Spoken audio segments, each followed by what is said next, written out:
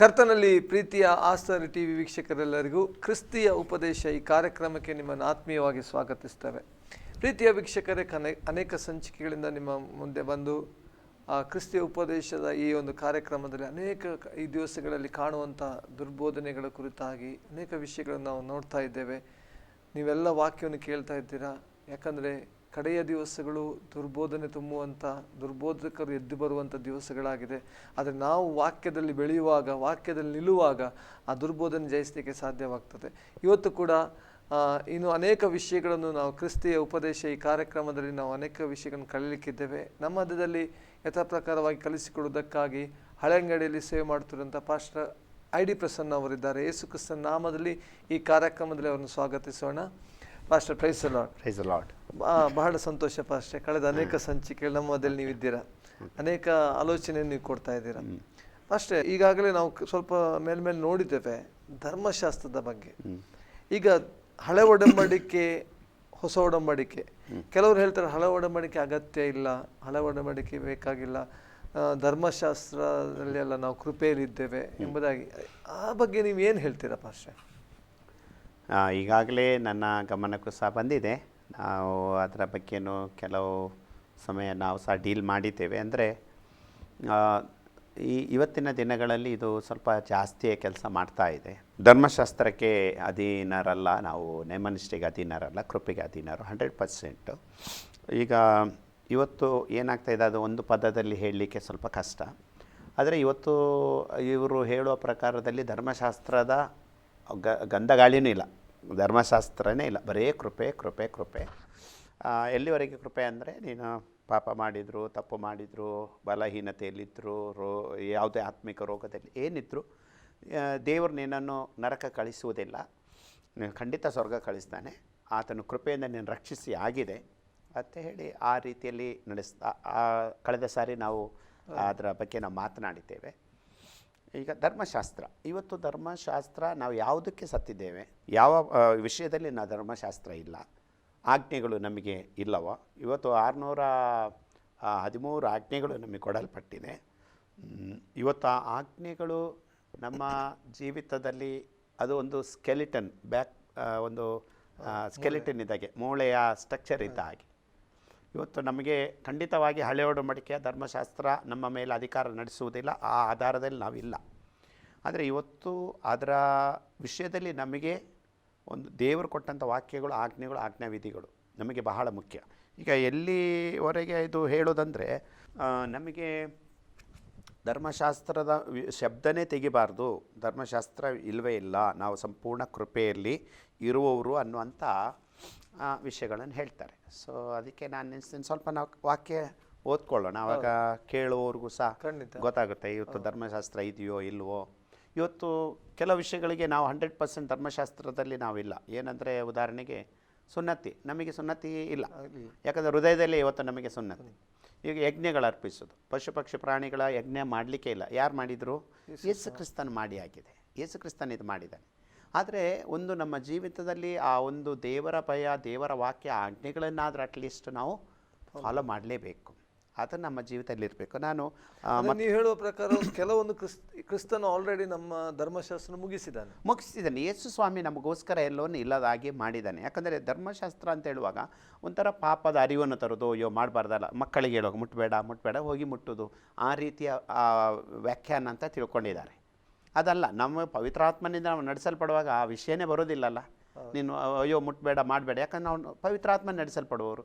ಎಫೆಸ 5ನೇ ಅಧ್ಯಾಯದಲ್ಲಿ ಆತ್ಮನಿಂದ ನಡೆಸ್ತೇವೆ, ಆತ್ಮನಿಂದ ಬೆಳಿತೇವೆ, ಹಾಡ್ತೇವೆ. ಹಾಗಿರುವಾಗ ಅದು ನೀನು ಭಯಪಟ್ಟು ನಡೆಯುವಂಥ ವಿಷಯನೇ ಬರೋದಿಲ್ಲಲ್ಲ. ಖಂಡಿತ.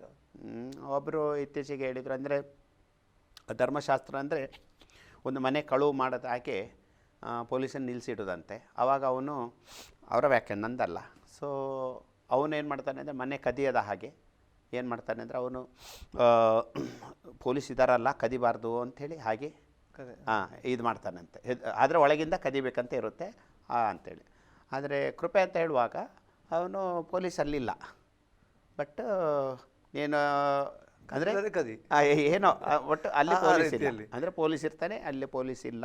ಬಟ್ ಅದು ಹೇಗೆ ನಂಗೆ ಗೊತ್ತಿಲ್ಲ. ಬಟ್ ಆ ರೀತಿಯಲ್ಲಿ ಅಥವಾ ಹೀಗಿರ್ಬೋದು, ಒಳ್ಳೆ ಮನಸ್ಸಾಕ್ಷಿ ಬಂದು ನಾನು ಕದಿಯದೇ ಇರೋದು. ಹಾಗಾದರೆ ಸುಳ್ಳು ಹೇಳೋದು ತಪ್ಪಿಲ್ಲ, ತಪ್ಪು ಮಾಡೋದು ತಪ್ಪಿಲ್ಲ, ಪಾಪ ಮಾಡೋದು ತಪ್ಪಿಲ್ಲ, ಹಳೆ ಜೀವಿತಕ್ಕೆ ಹೋಗೋದು ತಪ್ಪಿಲ್ಲ ಅಂತ ಹೇಳಿ ಪಶ್ಚಾತ್ತಾಪ ಇಲ್ಲದಾಗಿ ಹೋಗೋದಾದರೆ ಅಲ್ಲಿ ಕೃಪೆ ಈ ವ್ಯಾಲಿಯಲ್ಲಿ ಬಂತು. ಪೌಲನೇ ಹೇಳ್ತಾನೆ ಅಂದರೆ ಇದರಿಂದ ನಾವು ಕೃಪೆ ಹೆಚ್ಚಾಯ್ತಂತ ಪಾಪ ಮಾಡಬಾರ್ದು, ಪಾಪದಲ್ಲಿ ಹೋಗಬಾರ್ದು. ಕಳೆದ ಸಾರಿ ನಾವು ಸಂಚಿಕೆಯಲ್ಲಿ ಫಸ್ಟ್ ಯೋಹಾನದಲ್ಲಿ ಭಾಳ ವಿವರವಾಗಿ ನೋಡಿದ್ದೇವೆ. ಪಾಪಕ್ಕೆ 100% ವಿರೋಧ ಇದೆ ಬೈಬಲ್, 100%. ಹಾಗಿರುವಾಗ ಇದೆಲ್ಲ ಕಾಂಟ್ರಡಿಕ್ಷನ್. ನಾವು ಎಲ್ಲಿಯೂ ಅಡ್ಜಸ್ಟ್ಮೆಂಟ್ ಮಾಡುವ ಹಾಗೆ ಮಾಡಬಾರ್ದು. ವಾಕ್ಯ ಏನಿದೆ ಅದು ನಮಗೆ ಹಳೆ ಒಡಂಬಡಿಕೆ ಬೇರೆ, ಹೊಸ ಒಡಂಬಡಿಕೆ, 2 ಬೈಬಲ್ ಇಲ್ಲ. ಬಿಲಿವರ್ಸಿಗೆ ಫುಲ್ ಎಲ್ಲರ ಕೈಯಲ್ಲಿ ಒಂದೇ ಬೈಬಲ್ ಇರೋದು. ಇದೆಲ್ಲಾದರೂ ಕಲರ್ ಚೇಂಜ್ ಮಾಡಿದ್ದಾರೆ? ಇಲ್ಲ. ಹಳೆ ಒಡಂಬಡಿಕೆ ಹೊಸ ಒಡಂಬಡಿಕೆ ಫುಲ್ ಬೈಬಲ್, ಎಲ್ಲ ವಾಕ್ಯಗಳು ಆಜ್ಞೆಗಳು ನಮಗಾಗಿ ಕೊಡಲ್ಪಟ್ಟದು. ಅದನ್ನು ಯಾರು ಏನು ಇದು ಮಾಡಲಿಕ್ಕೆ. ಹಳೆ ಒಡಂಬಡಿಕೆಯಲ್ಲಿ ನೀವು ಯಾವುದೇ ವಚನ ಓದಿ, ಈಗ ಪ್ರವಾದಿಗಳದ್ದು ಓದಿ, ಕೀರ್ತನೆಯಲ್ಲಿ ಓದಿ, ಪ್ರಕಟಣೆಯಲ್ಲಿ ಇದು ಜ್ಞಾನೋಕ್ತಿಯಲ್ಲಿ ಓದಿ, ಎಲ್ಲಿ ಓದಿದರೂ ದೇವರ ವಚನ ಫುಲ್ ಬೈಬಲ್. ಇದನ್ನೇ ನಾವು ಡಿವೈಡ್ ಮಾಡಿದರೆ ಅದು ದೇವರ ಮುಂದೆ ದೊಡ್ಡ ತಪ್ಪಾಗುತ್ತೆ. ಧರ್ಮಶಾಸ್ತ್ರದ ಇಂದ ನಮಗೆ ರಕ್ಷಣೆ ಸಿಗಲಿಲ್ಲ. ಯೇಸು ಕ್ರಿಸ್ತನ ಅದನ್ನು ಏನು ಮಾಡಿದ, ಆ ಧರ್ಮಶಾಸ್ತ್ರ ಮುರಿಲಿಕ್ಕೂ ಬರಲಿಲ್ಲ, ನೆರವೇರಿಸಲಿಕ್ಕೆ ಬಂದ ಅಂತೆ, ತೆಗಿಲಿಕ್ಕೆ ಬರಲಿಲ್ಲ ಅಂತ ಏಸಮ್ಮ ಹೇಳ್ತಾನೆ. ವಾಕ್ಯ ಓದ್ಕೊಳ್ಳೋಣ. ಅದು ಮತ್ತಾಯದಲ್ಲಿ 5ನೇ ಅಧ್ಯಾಯ 17ನೇ ವಚನ. 18. ಮೋಶೆ ಧರ್ಮಶಾಸ್ತ್ರವನ್ನಾಗಲಿ ಪ್ರವಾದಿಗಳ ವಚನಗಳನ್ನಾಗಲಿ ತೆಗೆದು ಹಾಕುವುದಕ್ಕೆ ನಾನು ಬಂದೆನೆಂದು ನೆನೆಸಬೇಡಿರಿ. ತೆಗೆದು ಹಾಕುವುದಕ್ಕೆ ಬಂದಿಲ್ಲ, ನೆರವೇರಿಸುವುದಕ್ಕೆ ಬಂದಿದ್ದೇನೆ. ನೋಡಿ, ತೆಗೆದು ಹಾಕಲಿಕ್ಕೆ ಬರಲಿಲ್ಲ. ಹಾಗೆ ಇವರು ಹೇಳ್ತಾರೆ ವಾಕ್ಯದಲ್ಲಿ ಹೌದು ನಾವು ಧರ್ಮ ಪ್ರಮಾಣ ಪಾಲಿಗೆ ಇದರಲ್ಲಿ ನೇಮನಿಷ್ಠೆಗೆ ಎಲ್ಲ ಸತ್ತಿದೆ, ಹೌದು. ಅದು ಯಾವ ಅರ್ಥದಲ್ಲಿ? ಧರ್ಮಶಾಸ್ತ್ರದ ಸ್ಕೆಲಿಟನ್ ಇವತ್ತು ನಮ್ಮ ಜೀವಿತದಲ್ಲಿ ದೇವರ ಭಯದಲ್ಲಿ ನಾವು ನಡೆಯುವಂತೆ ಅದು ನಡೆಸುತ್ತೆ. ಇವತ್ತು ವಾಕ್ಯೋಪದೇಶ ಪ್ರಸಂಗ ಎಲ್ಲ ಮಾಡುವಾಗ ಕೆಲವರು ಈಗಲೂ ಕಣ್ಣೀರು ಸುರಿಸ್ತಾರೆ, ಪ್ರಾರ್ಥಿಸ್ತಾರೆ, ದೇವರಿಗೆ ಒಪ್ಪಿಸಿಕೊಡ್ತಾರೆ, ಅರಿಕೆ ಮಾಡ್ತಾರೆ. ಯಾಕಂದರೆ ಆ ವಾಕ್ಯದ ಅರಿವು ಅವರ ಜೀವಿತದಲ್ಲಿ ಬರೋದು. ಯೋಲಿ ನಾನು ನರಕಕ್ಕೆ ಹೋದೇನೋ, ದೇವರ ಕೃಪೆಯಿಂದ ತಪ್ಪಿ ಹೋದೇನೋ, ನಾನು ರಕ್ಷಣೆ ಕಳ್ಕೊಂಡೇನೋ. ಇವತ್ತು ಎಟರ್ನಲ್ ಸಾಲ್ವೇಷನ್ ಹೇಳೋರು ಅವ್ರು ಹೇಳೋದು ರಕ್ಷಣೆ ಹೊಂದಿದ ಮೇಲೆ ನೀವು ಹಿಂದೆ ಹೋಗೋದೇ ಇಲ್ಲ. ಅದೊಂದು ಬೋಧನೆ, ಅದೊಂದು ದುರ್ಬೋಧನೆ, ಅವರ ಟೀಚಿಂಗ್ ಅದು. ಇವತ್ತು ಎಷ್ಟೋ ಜನ ಪವಿತ್ರಾತ್ಮ ನಂಬಲ್ಲ, ಹೀಲಿಂಗ್ ನಂಬಲ್ಲ, ಅನ್ಯ ಭಾಷೆನೇ ನಂಬಲ್ಲ, ವಿಧ ವಿಧ ವಿಧ ವಿಧ ರೀತಿಯಲ್ಲಿ ಲೆಕ್ಕ ಇಲ್ಲದಷ್ಟಿದೆ. ಹಾಗಿರುವಾಗ ಇವತ್ತು ಇಲ್ಲಿ ನಾವು ನೋಡುವಾಗ ಬ್ಯಾಲೆನ್ಸ್ ಆದ ಟೀಚಿಂಗನ್ನೇ ನಾವು ಕೊಡಬೇಕಲ್ಲದೆ ಇದನ್ನು ಒಂದೇ ಸರ್ತಿ ಅವನು ಉಂಟಂತನಲ್ಲ ಇಲ್ಲ ಅಂತನಲ್ಲ, ಅದರ ಮಧ್ಯಭಾಗದಲ್ಲಿ ಏನು ದೇವರ ವಾಕ್ಯ ಹೇಳ್ತಾ ಅದರಲ್ಲಿ ನಾವು ಹೋಗಬೇಕು. ಉಂಟಂತನೂ ಇಲ್ಲ, ಇಲ್ಲ ಅಂತನೂ ಇಲ್ಲ. ಹಾಗಾದರೆ ಅದರ ಫ್ರೇಮ್ ವರ್ಕ್ನಲ್ಲಿ ನಾವು ನಮ್ಮ ವಿಶ್ವಾಸ ಜೀವಿಸಬೇಕು. ಈಗ ಉದಾಹರಣೆ 10 ಆಜ್ಞೆಗಳು. ನಿನ್ನ ದೇವರನ್ನು ಏನು ಮಾಡಬೇಕು? ನಿನ್ನ ದೇವರಲ್ಲದೆ ಬೇರೆ ದೇವರು ಸೇವಿಸು, ಯಾವುದಕ್ಕೂ ಅಡ್ಡ ಬೀಳಬಾರ್ದು, ಪೂಜಿಸಬಾರ್ದು, ತಂದೆ ತಾಯಿನ ಸನ್ಮಾನಿಸಬೇಕು, ಕದಿಬಾರ್ದು, ಸುಳ್ಳು ಹೇಳಬಾರ್ದು, ಅಥವಾ ನೆರವಿನ ಆಸ್ತಿ ಪಾಸ್ತಿ ಹೆಂಡತಿಯನ್ನು ಆಶಿಸಬಾರ್ದು. ಈ ರೀತಿ ಎಲ್ಲ ವಿಷಯಗಳಿದೆ. ಅದು ನಮಗೆ ಅನ್ವಯ ತಾನೇ, ಇವತ್ತು ನಮಗೆ ಬೇಕು ತಾನೇ. ಸೊ ಅನೇಕ ವಿಷಯಗಳಿದೆ. ಹಾಗಾಗಿ ಇಲ್ಲಿ ಏಸಮ್ ಏನು ಹೇಳ್ತಾನೆ ಅಂದರೆ, ನಾನು ಅದನ್ನು ಮೋಶೆಯ ಧರ್ಮಶಾಸ್ತ್ರಗಳನ್ನಾಗಲಿ ಪ್ರವಾದಿಗಳ ವಚನಗಳ ತೆಗೆದು ಹಾಕೋದಕ್ಕೆ ಬಂದೇನಿಂದ ನೆನೆಸಲೇಬೇಡಿ. ಕೆಲವೊಮ್ಮೆ ನಾವು ಹೇಳ್ತೇವೆ ನೆನೆಸಬೇಡಿ, ಅವುಗಳನ್ನು ತೆಗೆದು ಹಾಕೋದಕ್ಕೆ ಬರಲಿಲ್ಲ, ಬದಲಿಗೆ ಏನು ಮಾಡಿದ್ದಕ್ಕೆ ಬಂದೀನಿ? ನೆರವೇರಿಸುವುದಕ್ಕೆ ಬಂದೆ. ಮುಂದಕ್ಕೆ 18ನೇ ವಚನ, ನಿಮಗೆ ಸತ್ಯವಾಗಿ ಹೇಳುತ್ತೇನೆ, ಆಕಾಶವು ಭೂಮಿಯು ಅಳಿದು ಹೋಗುವ ತನಕ ಧರ್ಮಶಾಸ್ತ್ರವೆಲ್ಲ ನೆರವೇರಿದ ಹೊರತು ಅದರೊಳಗಿಂದ ಒಂದು ಸೊನ್ನೆಯಾದರೂ ಒಂದು ಗುಡುಸಾದರೂ ಅಳಿದು ಹೋಗಲಾರದು. ಯಾವುದು ನೆರವೇರಿದ ಮೇಲೆ? ಧರ್ಮಶಾಸ್ತ್ರವೆಲ್ಲ. ಅದೆಲ್ಲ ನೆರವೇರೋ ತನಕ, ಆಕಾಶ ಭೂಮಿ ಅಳಿದು ಹೋಗುವ ತನಕ, ಧರ್ಮಶಾಸ್ತ್ರವೆಲ್ಲ ನೆರವೇರುವ ತನಕ ಅದರೊಳಗಿಂದ ಒಂದು ಸೊನ್ನೆಯಾದರೂ ಒಂದು ಗುಡುಸಾದರೂ ಅಳಿದು ಹೋಗಲಾರದು. ಹಾಗಾದರೆ ಇವತ್ತು ದೇವರ ವಚನ ಎಷ್ಟು ಇದೆ? 19. ಆದ್ದರಿಂದ ಈ ಸಣ್ಣ ಸಣ್ಣ ಆಜ್ಞೆಗಳಲ್ಲಿ ಆದರೂ ಒಂದನ್ನು ಮೀರಿ ಜನರಿಗೆ ಹಾಗೆ ಮೀರುವುದಕ್ಕೆ ಬೋಧಿಸುವವನು ಪರಲೋಕ ರಾಜ್ಯದಲ್ಲಿ ಬಹಳ ಚಿಕ್ಕವನೆನಿಸಿಕೊಳ್ಳುವನು.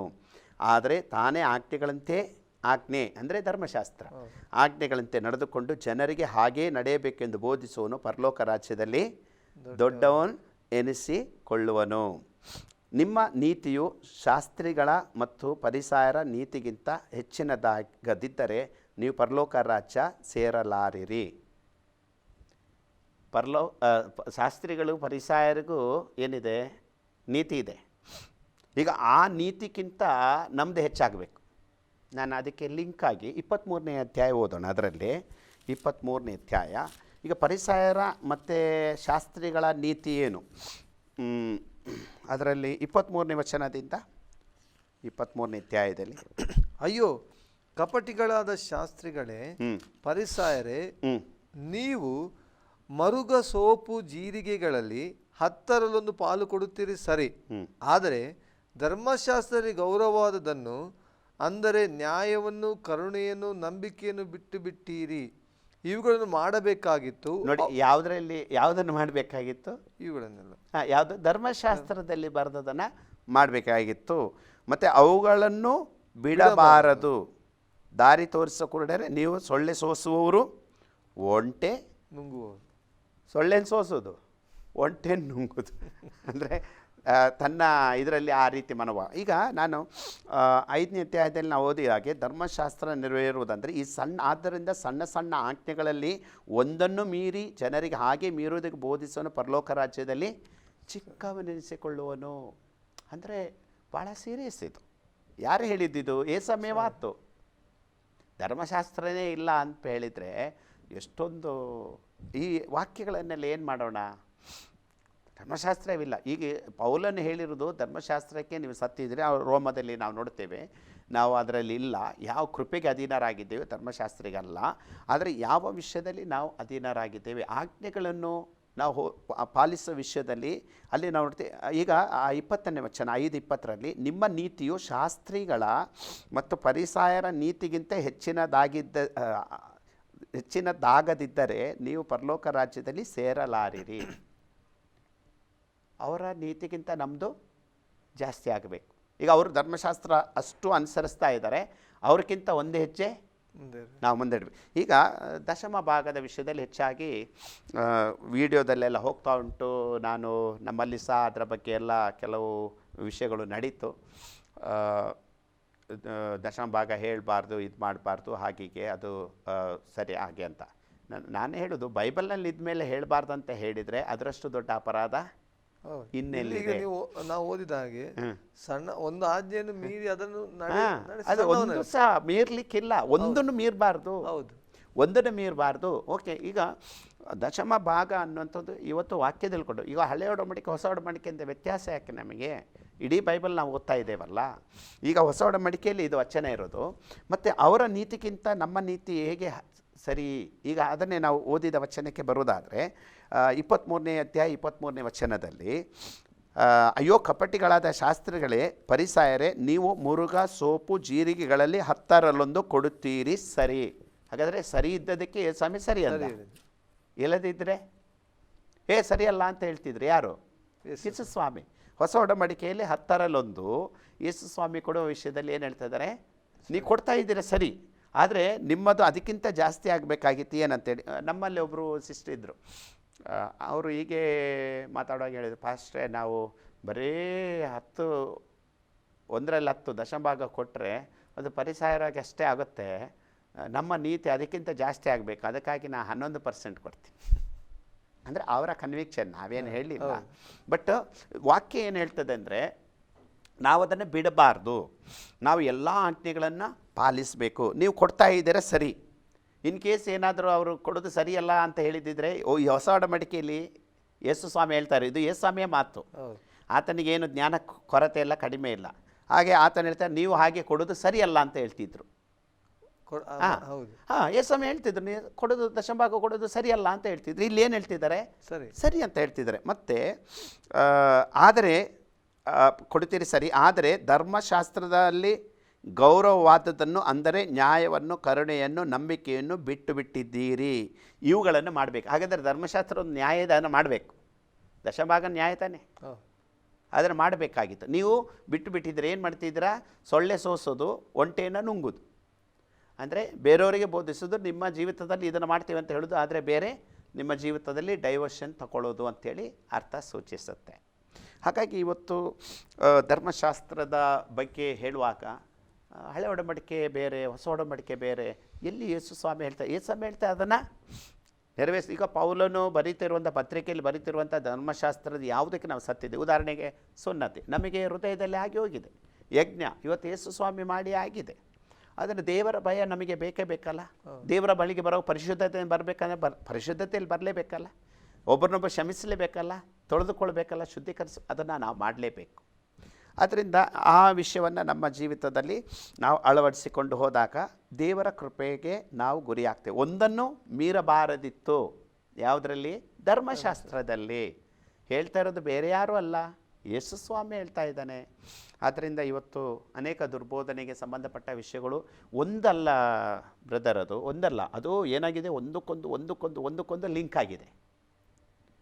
ಈಗ ಇದು ಹೇಳಿದ ಕೂಡಲೇ ಅವನು ಕೃಪೆಗೆ ಅಧೀನರಾದ ಪಾಪದ ಬಗ್ಗೆ ನೀನು ಚಿಂತೆ ಮಾಡಬಾರ್ದು, ಮಾತಾಡಬಾರ್ದು, ಆಮೇಲೆ ಕ್ಷಮೆ ಕೇಳಬಾರ್ದು, ಸಾರಿ ಕೇಳಬಾರ್ದು, ಅಥವಾ ಪಶ್ಚಾತ್ತಾಪ ಪಡಬಾರ್ದು, ಉಪವಾಸ ಮಾಡಬಾರ್ದು.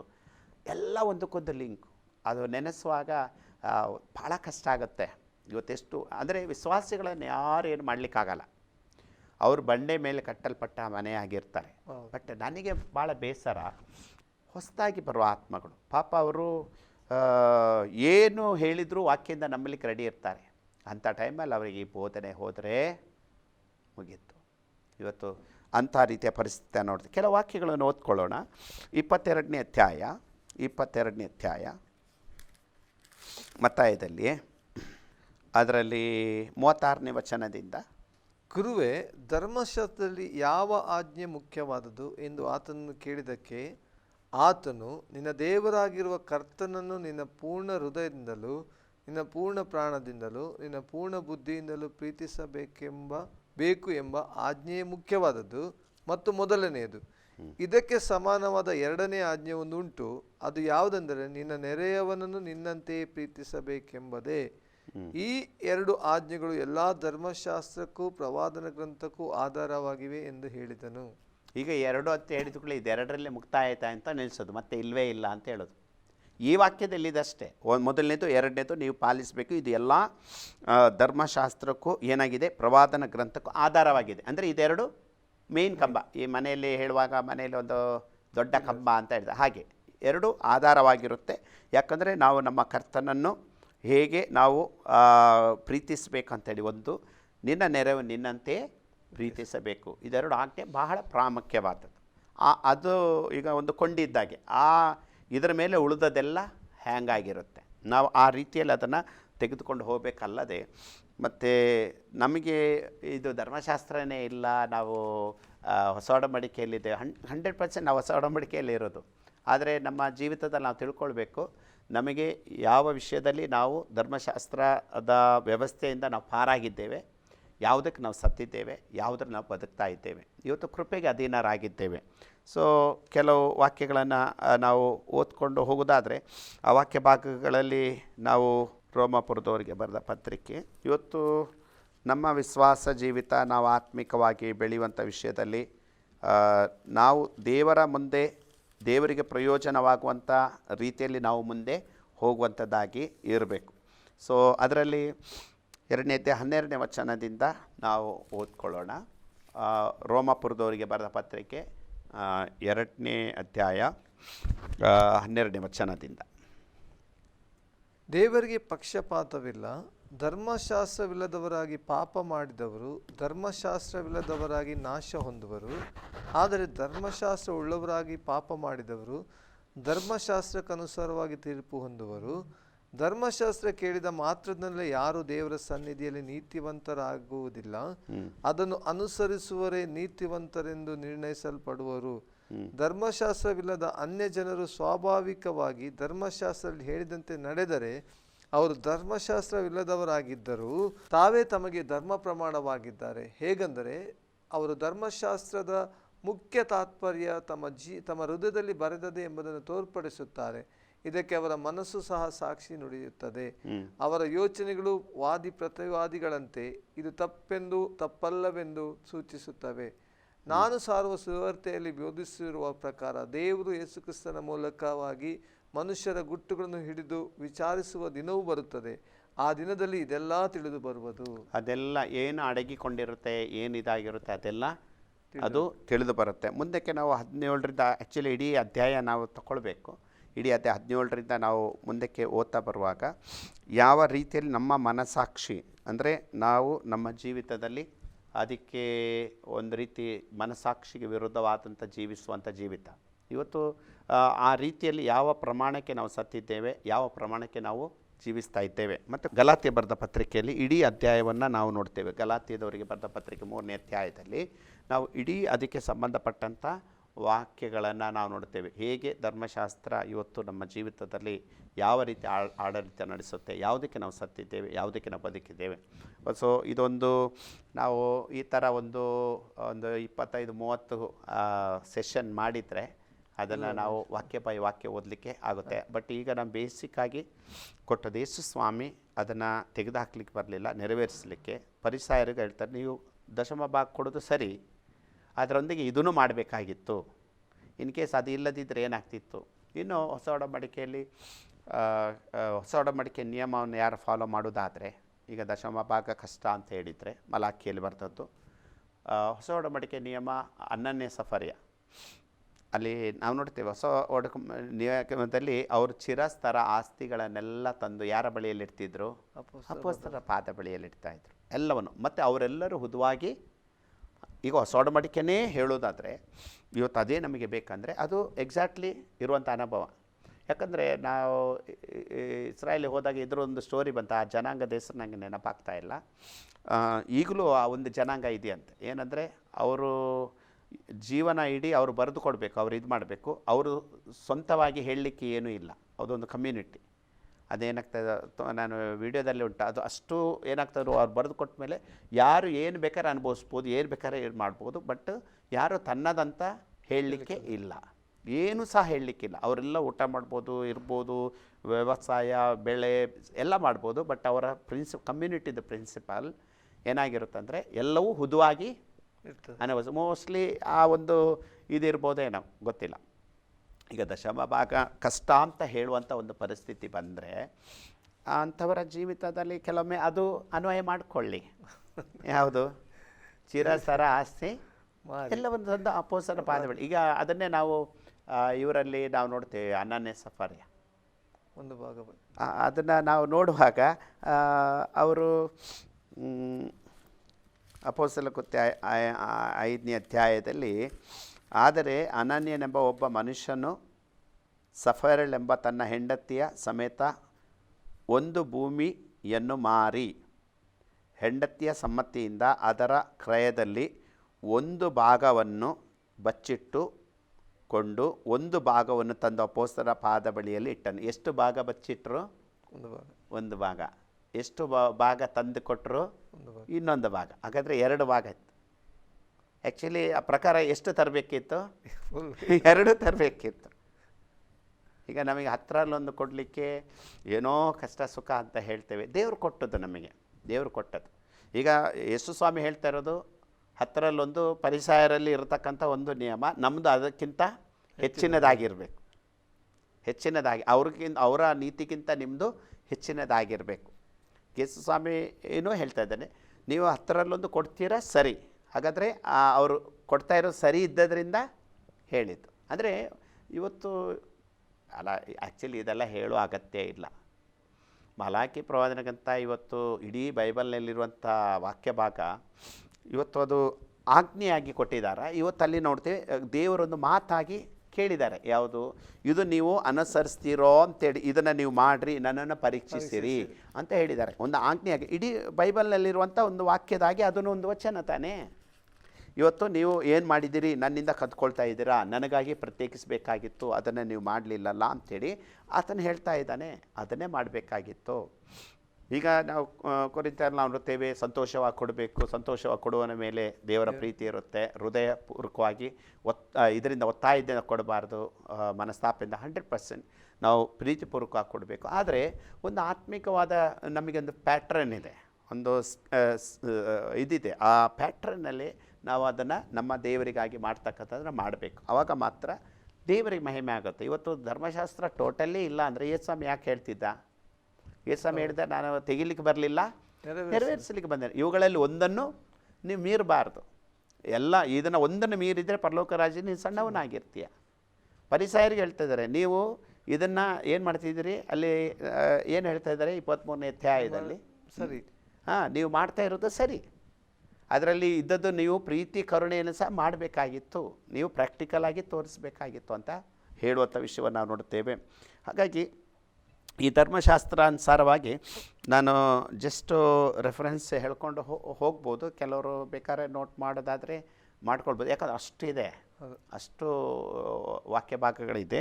ಅದನ್ನು ನಾವು ಇನ್ನು 1 ಯೋಹಾನ ಪತ್ರಿಕೆಗೆ ಬರುವಾಗ, ಯಾಕೋಬನ ಪತ್ರಿಕೆ, ಆಮೇಲೆ ತೀತನ ಪತ್ರಿಕೆ 3ನೇ ಅಧ್ಯಾಯ, ಆಮೇಲೆ ಗಲಾತ್ಯದವರಿಗೆ ಬರೆದ ಪತ್ರಿಕೆ, ಇಬ್ರಿಯ ಪತ್ರಿಕೆಯಲ್ಲಿ, 1 ಕೊರಿಂಥ್ಯದಲ್ಲಿ ಎಲ್ಲ ವಾಕ್ಯಗಳು ಇದಕ್ಕೆ ಸಂಬಂಧಪಟ್ಟದ್ದು ನಾವು ನೋಡ್ತೇವೆ.